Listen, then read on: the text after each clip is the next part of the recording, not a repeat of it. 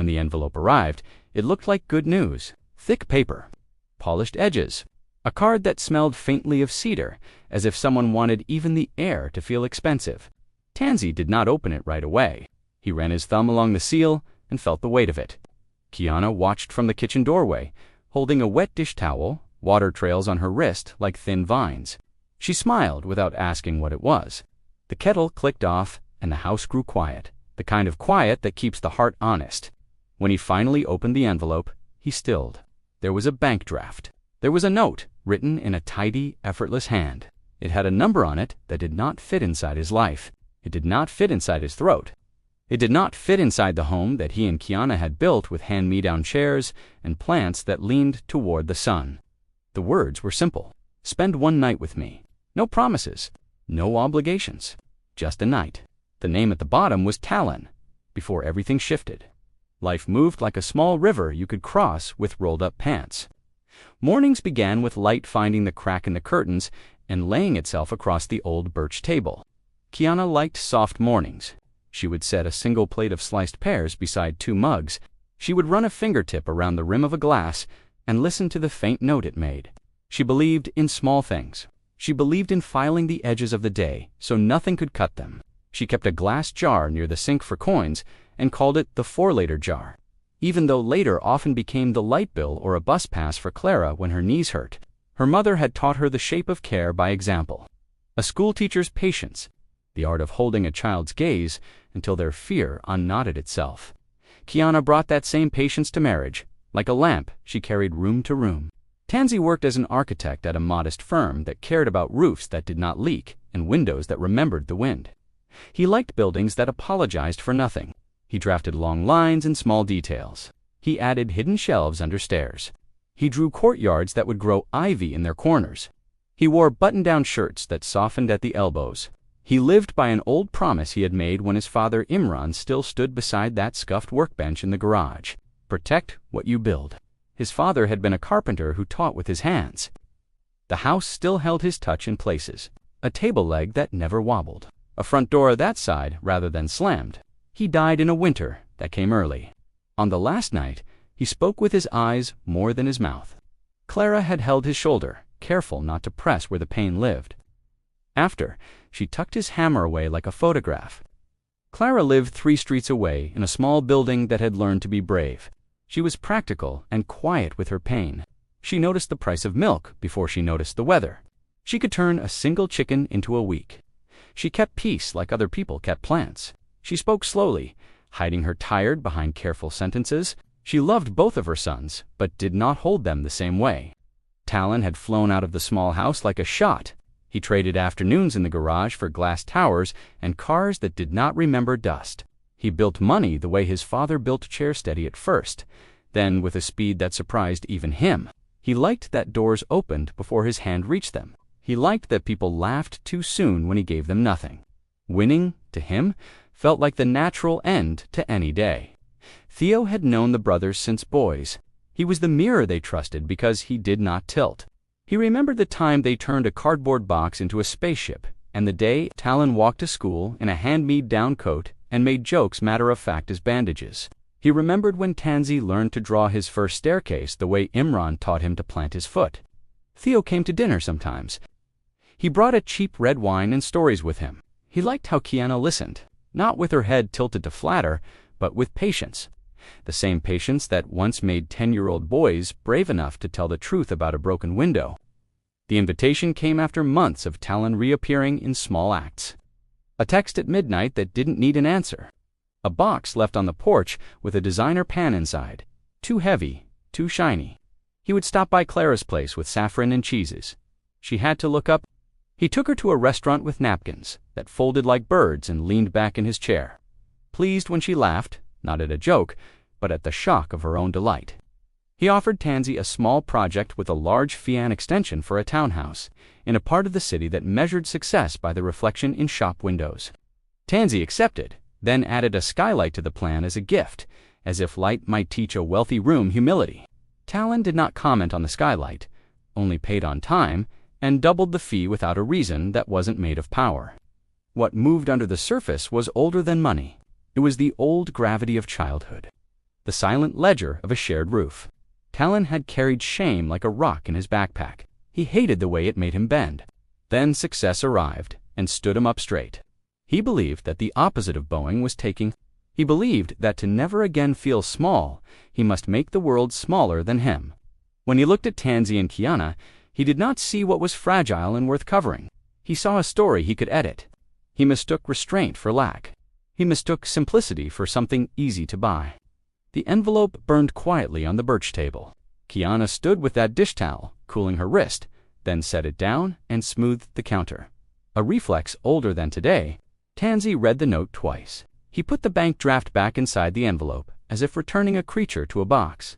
He did not rage. He did not swear. He breathed like a man who had been taught that breath has work to do. He turned the envelope over and over and then slid it under a recipe book, as if it were something that could be cooked down and made tender. He told Kiana what it said without quoting it.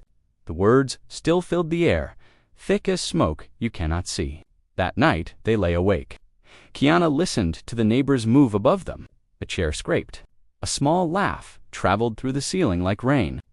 She thought of her mother's hands, sorting papers on a teacher's desk, turning line into learning, trouble into order. She carried that habit into her heart and tried to put the day into drawers. She placed Talon in one. She placed the number written on the draft in another. She placed her marriage in the drawer, where she kept petals and receipts and the hospital bracelet from the time. Clara fell, and they waited for the X-ray result. She did not cry. She looked at Tansy's shoulder in the dark and knew its weight. The next week, life pretended to be the same. Tansy went to work and sketched a roof that hummed. He walked past coffee shops with windows full of tulips in vases and office workers practicing smiles. He answered emails about gutters. He replied to one from Talon that had no subject line. It said only that there was a dinner at his penthouse Friday at 8. No question mark. He deleted it, then retrieved it. He stared at the screen. He thought of how his father would rub glue off his fingers and say nothing. He clicked no. He wrote, "Thank you, not this time." He drew a period that looked like a nail head. Kiana visited Clara and watered the plants on the balcony. Clara had always been careful with money, but she had learned to be careful with words too. She asked about the weather when she meant, "Are you sleeping?" She asked about the light in their kitchen when she meant, "Are you being good to each other?" When Kiana mentioned that Talon had invited them to dinner, Clara's thumb paused on a leaf. She said it would be nice to dress up. She said that sometimes showing up keeps trouble from growing legs. Then she asked about Tansy's new project and nodded in a way that carried weight behind it, as if a rope were tied to something under the floorboards and she was the only one holding it. Friday came with a sun that could not commit. Kiana wore a dress she had owned for years. It made her look like herself. Tansy put on a suit jacket that had sat patient in the back of the closet, waiting for weddings and winter funerals. Theo offered to drive them. He made a joke at the curb, then fell quiet as the car rose inside the glass building where Talon lived. The elevator opened onto a room larger than Clara's entire floor. A man at a piano pressed notes that seemed paid by the hour. The city lay against the windows like a lover. Talon's smile arrived before he did. He showed them the kitchen and the view and the art on the walls that matched the price of small homes. He introduced them to people who shook hands with their faces. He looked at Kiana as one looks at a tender skill that must be mastered. He leaned his elbow on the counter and told a story about a deal that had gone his way. He touched Tansy's shoulder once, a gesture that felt like a coach reminding a child which side of the field he belonged to. When dinner settled into talk, Talon brought up investments, then buildings, then marriage, as if it were a project with a timeline and penalties. He asked Kiana about her days and listened without patience. He asked Tansy about roofs, then didn't wait for the answer. He watched how Kiana placed her glass down after each sip, aligned with the napkin's edge. He noted it. You could see him note it. Later, when guests drifted to the windows and the piano player became braver, Talon asked Kiana to see his library. It was not a question, and he did not touch her back to guide her, but the path he took through the room made her follow. Tansy watched them walk. Theo watched Tansy watching.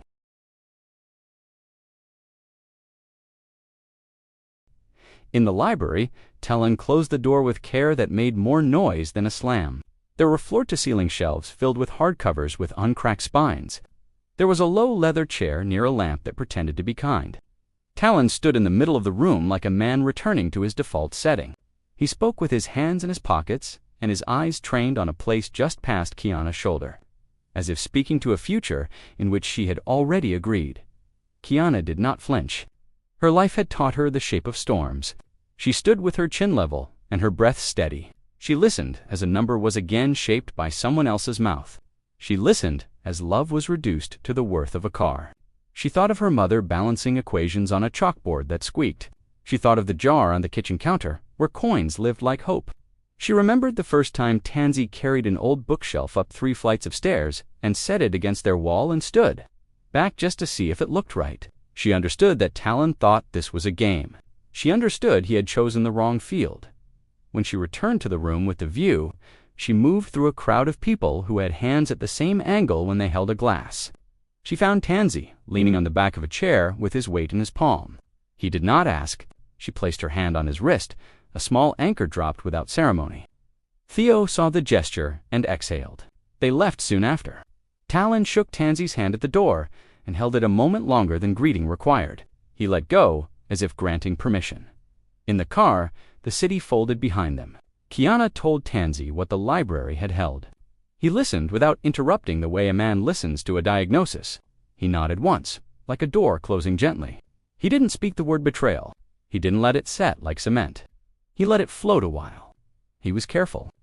He placed his hand on Kiana's knee, not to calm her, but to tell his own hand that it still belonged. The next days felt like living under a sky that could storm at any moment. Talon sent flowers that looked like birds from far countries. He sent a text that said he admired decisiveness. He sent an invitation to a charity gala with a table plan that placed Kiana beside him and Tansy across from a hedge. Fund manager, who spoke like gravel. All this came wrapped as generosity. All this came with the smell of cedar. Tansy returned the flowers to the florist with a polite note and a smaller arrangement, paid in cash, sent to the hospital oncology ward. Kiana ignored the text. Theo called and asked if he could stop by after work with noodles. He arrived with food and a way of filling the room that made it safe to breathe. He did not discuss Talon directly. He told the story of the time they got lost on the way to the beach and pretended the empty lot was the sea. He made Tansy laugh without lifting it from him. Clara moved like a woman with an extra shadow. She called Kiana and asked about groceries. She texted Tansy a picture of Imran's workbench, which she had dusted that morning. She came by with soup and left quickly. She said Talon had called and asked if she needed anything. She answered that she needed rest and closed her eyes so she would not see his face when the word landed. She knew a ledger was being updated somewhere, and her name was in the top corner next to a sum owed. What Clara kept in her chest like a hot coin was a secret she had folded and refolded until the crease had become a scar. When Imran got sick, the hospital bills were more than her careful math could widen to hold. Their insurance had limits dictated by a voice on a phone that did not shake. She had taken a loan from Talon, who insisted it was nothing. The number had been written on a paper napkin in a restaurant that believed linens replaced forgiveness. He said to pay it back when she could, and then later he did not ask. She had hidden the napkin in a cookbook and told herself it was generosity. She soon understood it was an anchor. She once tried to hand him an envelope of small payments made over months. He laughed and kissed her forehead. She felt the kiss like a stamp of ownership. She kept paying anyway. It was her nature to understand that debts are not just numbers. They are angles at which power leans. Rising conflict is not only fire, it is also the drip of water on stone. Tansy found himself in rooms where his plain suit looked like honesty. Clients introduced by Talon studied his ideas through the lens of sponsorship. They complimented his restraint with the tone of a judge grading a simple case. He came home and sketched by the window where the light knew his name. He kept drawing the same small house from a dozen angles. He gave it a porch. He added a bench made of old wood. He placed it near a tree that leaned slightly left, as if listening. He knew it was the house he wanted to build for Clara, for Kiana, for himself. He knew that each day in Talon's orbit was moving that dream away, not closer. Kiana took on extra hours at the community center where she helped after school. She untangled homework. She showed children how to hold a pencil without choking it. She put a bandage on a scraped knee and watched the boy's chest quiet when he looked at her. She believed love was a daily act. She believed showing up was a verb. She did not speak often of the offer, because she refused to let its shape become a chair at their table. Unused to being refused, began to treat the refusal like a problem to be solved with better tools. He invited Kiana to a gallery opening. She did not go. He sent a book of poems with a blank note card. She returned the book to the shop and asked the clerk to donate it to the library. He called Theo under the pretense of arranging a birthday gift for Clara. Theo listened and learned more from the spaces between words.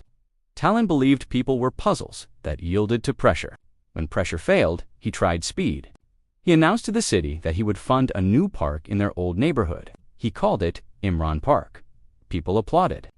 The local paper printed a photo of him standing on the empty lot where Theo once pretended to see an ocean. He did not expect the way that name would land inside Tansy. The evening the article appeared, Tansy walked to Clara's. He let himself in with the key that had lived under the blue pot since he was 12. Clara was at the table, wiping her glasses with the corner of her shirt. The kitchen smelled like onions and something cinnamon. He placed the newspaper on the table and pointed to their father's name, printed bold. Clara's mouth tightened and then softened, a reflex of a face that spent years practicing neutrality. She said the park was a fine thing. She said the neighborhood needed it. She pressed her thumb against the picture, as if smoothing it. Tansy nodded, then asked if there was anything else she wanted to tell him. She stood and washed a cup that was already clean. He waited. Silence stretched between them like a thread that might curse or save. She finally dried her hands, set the towel down, and opened the drawer that held batteries, string, and paper napkins from restaurants that did not use cloth. She lifted a cookbook. She slid a napkin quartered with a crease. The number inside was smaller than the bank draft and heavier. She said she had tried. She said she would keep trying. Her voice did not break. She would rather her knees give out before her voice did. It began as a letter. Theo found it when he helped a friend clear out an old storage unit that once belonged to the Carpenters Union. Behind a broken stool and a box of nails that had rusted together, there was a stack of papers tied with twine. On top, in Imran's tidy hand, a plan for a small bench. Beneath it, a letter folded twice, addressed to my sons. Theo held it and felt the weight of what he had in his palm. He brought it to Tansy's after dinner and left it on the table, the way a doctor places an X-ray. He stayed not to watch, but to be available to the silence after. Tansy unfolded the letter and saw his father's hand walking the lines. Imran wrote about hands that build and hands that break. He wrote about money as wood, useful, but only honest if measured and joined with care. He wrote about his sons and the different ways they would move through the world. He wrote that winning was tricky, because sometimes you win against the wrong thing and lose the one that feeds your ribs. He wrote about Clara, how she kept the house from blowing away even when the front door let in January. He wrote that one day the choice would come, wearing a nice suit and a familiar face. He asked them to remember which kind of hands they had inherited. He did not name the choice because he did not need to. The letter slid through Tansy like light through a curtain. He handed it to Kiana, who read it with her thumb on the page as if steadying something fragile. She finished and nodded as if someone had finally said a thing she had always known in her body. Theo poured water and looked at the workbench on the wall in the framed photo Clara had taken years ago. They slept that night with the window cracked. The city's breath threaded their breathing. Tansy dreamed of a small house with a porch where the light arrived like a promise that kept itself. The next morning, Tansy called Talon and asked to meet. He asked him to come to the old house, not the penthouse. Talon showed up in a jacket worth a mortgage payment. He stepped into the garage and looked at the workbench as if it were a religious relic. He grinned when he saw the old hammer still on its nail. He said they should talk like men. Tansy stood with his back to the window. He told him he was returning the fee-fourth townhouse extension and would not take the larger project offered for the office tower. He told him the flowers had gone to the oncology ward and the book to the library. He spoke evenly, as if reciting dimensions. He explained that money had started to carry a smell that did not wash off. He said that he would build his house without that smell. He did not use the word brother as a plea, only as a fact. Talon's smile did not collapse, but it thinned. He asked if this was about pride. He asked if they were punishing him for learning to win. He asked if they expected him to shrink back into the small coat that had once embarrassed him. Tansy let him ask the questions he had been saving for years. He knew it was not about coats or the right to be comfortable. He stayed still in the face of a storm that wanted to turn him into an answer. Then he told Talon about the letter. He described the sentence about hands. He described the line about winning against the wrong thing. He watched as the words found their marks on his brother's face and left. No visible bruise, but some internal rearrangement. Kiana came into the garage carrying a tray with 3 glasses of lemon water. She handed one to Talon, who looked at the glass as if it were a point transferred. She set another on the workbench beside the hammer. She leaned against the doorway and let the light make its own argument. She looked at Talon not as a man to be defeated, but as someone standing on the wrong side of a door that was unlocked. He asked her, without asking, if the answer would ever change. She did not respond with a speech. She adjusted the glass on the bench so it would not leave a ring. Clara arrived later. With a bag of groceries and a tired smile, she saw Talon's car and steadied herself. In the kitchen, she set onions on the counter and then placed both palms flat on the birch table. She confessed the loan out loud, without euphemism. She said she would sell her jewelry and her quiet to pay him back. Talon tried to wave it away with charm that now looked like a habit he had outgrown. She shook her head. She reminded him that gifts are not free if they come with a hook. She said that when she took his money, she had been trying to keep a roof on her husband's breath. She apologized for not telling her sons. Then she stood still and waited for acceptance, not as permission, but as the recognition of a truth that was no longer willing to hide in a cookbook. Talon did not argue this time. He looked for a heartbeat, like a boy standing in a kitchen where the light was not yet brave enough. He said nothing, because saying nothing was the closest he could get to apology without cracking something. He had spent years hardening. He left an envelope on the counter that did not contain money. It contained the napkin, returned, with the number crossed out and the word cleared written in a hand that did not quite know how to write that word. Then he left, and the room exhaled. In the weeks that followed, the city offered tests that looked like errands. A contractor warned Tansy that walking away from Talon meant more than losing one job. People in certain rooms would hear a story missing some facts. Tansy nodded and walked anyway. He found work designing small places for people who talked to him with both eyes. He spent long hours in the evening drawing a plan for the small house. He traded the skylight for a generous window facing the morning. He placed the porch like a palm open to rain. He built the model on the floor with scraps that remembered his father. He asked Theo to look. Theo circled it and said it felt like a home that would tell the truth. Kiana moved through her days with a light that did not perform. She kissed Clara's cheek on Thursdays and sat with her while watching a show about people who cooked with too much confidence. She organized a community fundraiser for the after-school center. She asked Tansy to build signs from leftover wood. He carved small arrows and sanded them until they forgave his roughness. At the event, neighbors placed crumpled bills into jars and then stayed to drink tea out of paper cups. Children ran in circles until the dusk put a hand on their heads. Talon arrived without being asked. He stood at the edge and watched. He put his wallet back in his pocket and took out his hands instead. He lifted chairs. He poured tea. He stood beside Theo and listened to a grandmother talk about her hip and the price of bread. He did not announce a donation. He left early and did not wait to be thanked. It was small and it was real. Imran Park broke ground a month later with less fanfare than expected. The city sent a crew that understood shovels. The sign with the name went up crooked and then straightened. Talon stood back and did not step toward the camera. He watched as children leaned against the temporary fence and looked through the slats at the possibility of swings. He watched a woman in a blue scarf wipe her eyes. He remembered a winter evening when he and Tansy built 4 snowballs and declared them a chair. Imran had sat on the cold and laughed until his breath drew pictures. He remembered the shame of a thin coat. He remembered the heat of it transforming into a vow that he would never feel it again. He looked at his hands and wondered which category they belonged to.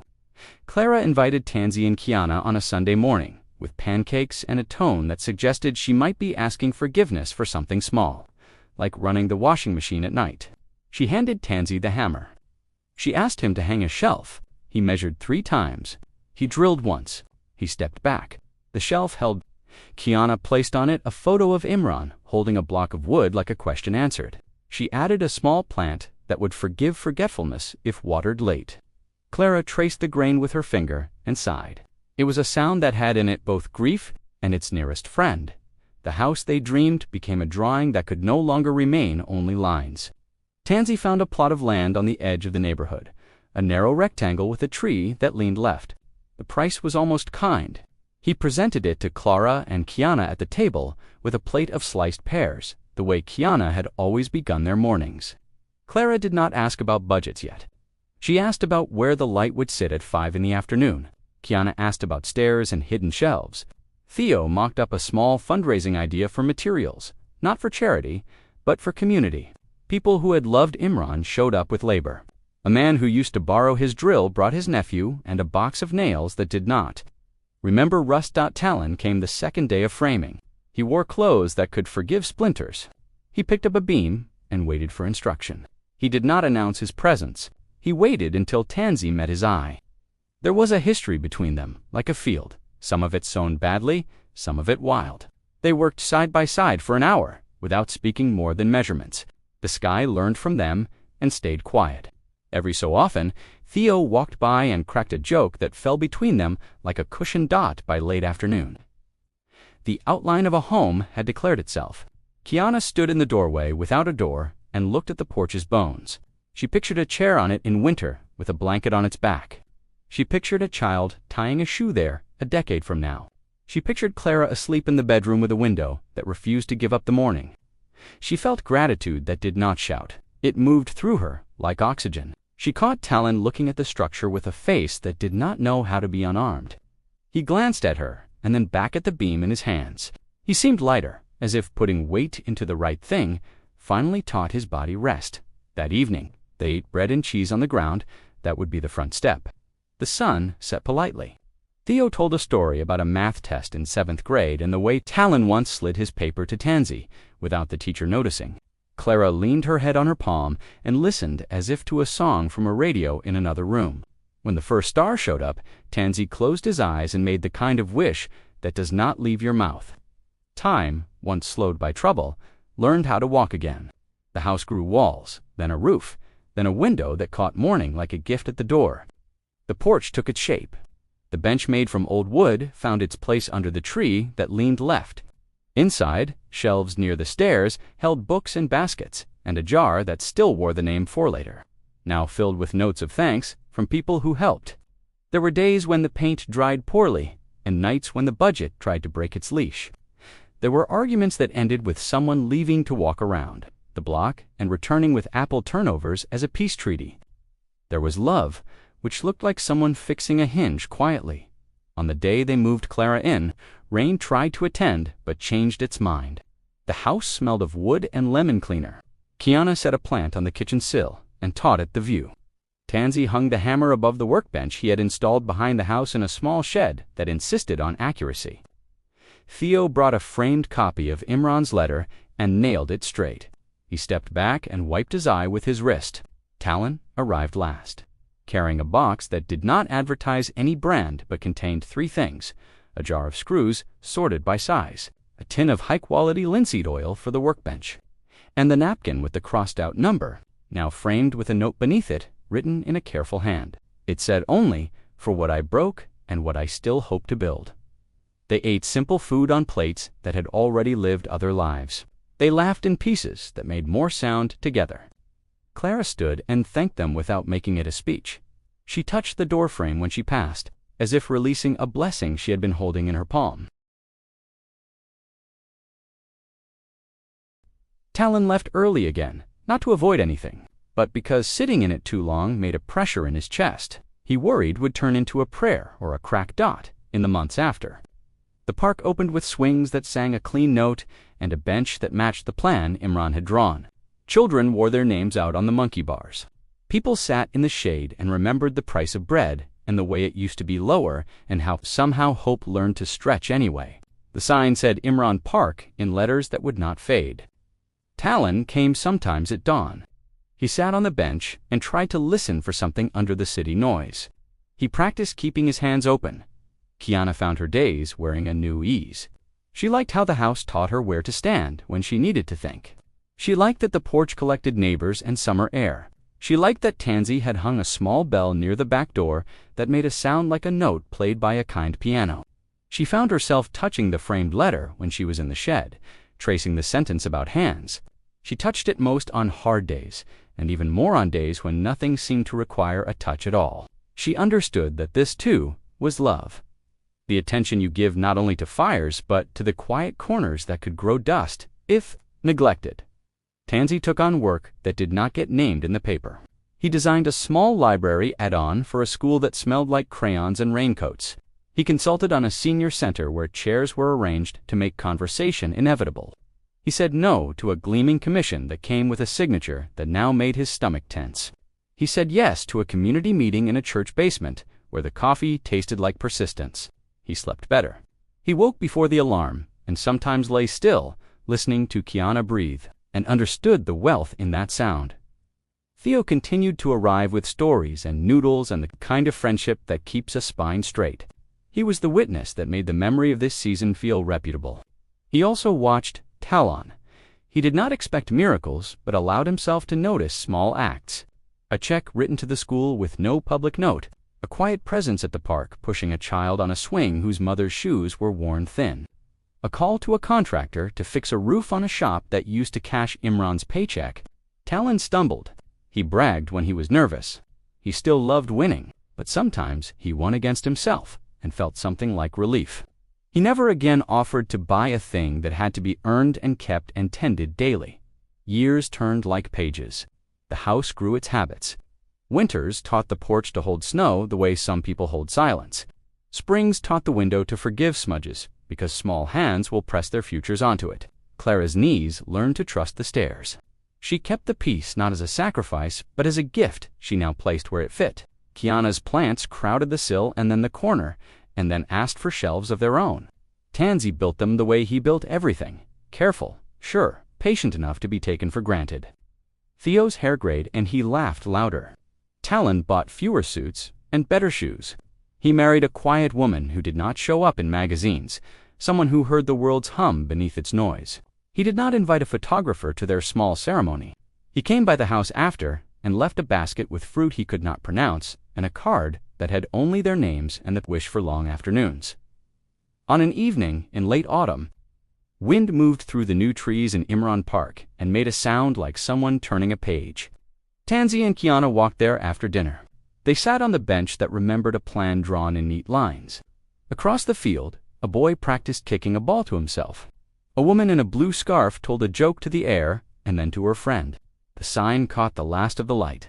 Kiana rested her head on Tansy's shoulder and felt the bones beneath his shirt like the map of the life they were drawing. She thought of the envelope that had once arrived, heavy with the wrong kind of weight. She thought of the day she placed her hand on his wrist and anchored them both. She thought of hands that build and hands that break and the truth that a single hand can learn to do both and then choose. They stood to walk home when the wind picked up and shook the trees the way a gentle laugh shakes a chest. It felt almost like a message, not a voice, not a sign, just the sound of leaves reminding them that what is rooted knows the difference between a storm and a season. They crossed the street, and the porch light blinked on, as if happy to see them. Inside, the jar on the counter held more notes than coins. The framed napkin rested in the spare room, a strange trophy from a race nobody should have won. Imran's letter hung near the workbench, and reading it had become a ritual like washing your hands before you eat. In the quiet that followed, Kiana set the kettle on. Tansy opened a window and let in a night that had decided, for now, to be kind. He never mentioned the envelope again.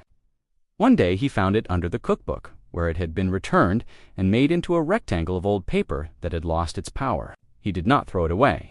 He placed it in a box with the first house drawing, the kind made by a boy with a ruler and an oversized hope. In the yard, the tree leaned left, still listening. When the wind moved through its leaves, it made a sound without words that still managed to say everything that mattered. It wasn't forgiveness exactly, though forgiveness lived there. It wasn't victory, though victory had decided to sit down and be quiet for once. It was something simpler. It was love doing its daily work, unnoticed by cameras and proofs, steady as a door that never slams, clear as a window that keeps the morning and lets it go. And sometimes, when the wind lifted just right, it carried a memory from the old workbench, a lesson about hands and the difference between building and breaking, and it set it down softly in their open palms.